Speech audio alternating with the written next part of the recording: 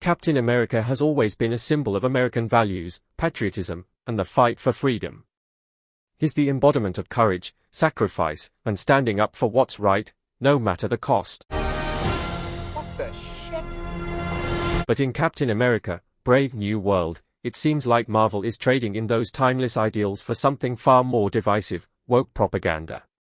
Today, we're diving into how this once iconic franchise is being hijacked by SJW agendas, DEI mandates, and a blatant disdain for traditional American values. And trust me, it's not just ruining the legacy of Captain America, it's turning the entire Marvel universe into a political battleground. Let's get one thing straight, I'm not against diversity.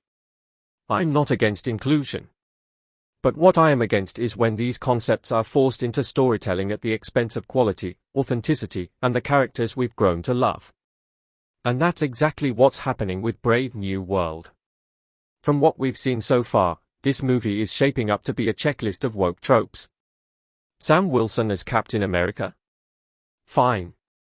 But when the narrative shifts from telling a compelling story to pushing a political agenda, that's where I draw the line. Let's break it down. First, we have the obvious, the overemphasis on identity politics. Every character's race, gender, and sexual orientation seems to be their defining trait. Remember when Captain America was about courage, sacrifice, and standing up for what's right? Now, it's all about checking boxes to appease the Twitter mob. Marvel executives are openly bragging about how progressive this movie is. They are more concerned with virtue signaling than delivering a story that resonates with the audience. And let's not forget the casting choices. It's not about talent anymore, it's about meeting DEI quotas. Take Sam Wilson, the new Captain America. Anthony Mackie is a talented actor, but let's be real, his casting feels less about merit and more about ticking a diversity box.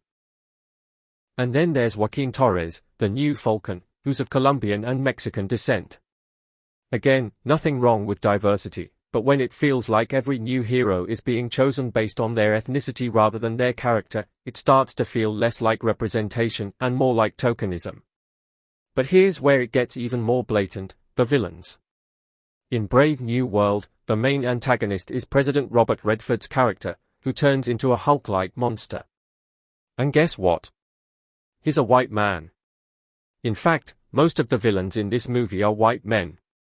Now, I'm not saying white men can't be villains, of course they can. But when every villain is a white man, and the heroes are all diverse, it starts to feel less like storytelling and more like a political statement.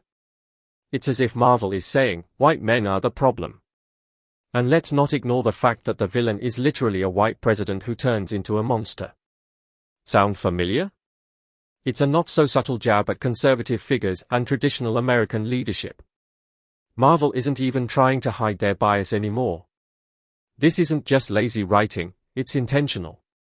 It's a deliberate effort to demonize white men and push a narrative that paints them as the root of all evil. And it's not just happening in Brave New World. Look at recent Marvel projects. The villains are almost always white men, while the heroes are increasingly diverse. It's a pattern, and it's getting old. Marvel is turning white men into monsters, both literally and figuratively, and it's alienating a huge portion of their audience. Here's the thing, audiences aren't stupid. We can see through this. And guess what? They are voting with their wallets. Look at the box office numbers for recent Marvel films. They are tanking. Why? Because people are tired of being lectured to. They want escapism, not a sociology class. Even die-hard Marvel fans are calling out this nonsense. They are tired of seeing their favorite characters turned into mouthpieces for political agendas. And who can blame them? Captain America used to stand for something. He was a beacon of hope, a symbol of unity. But now?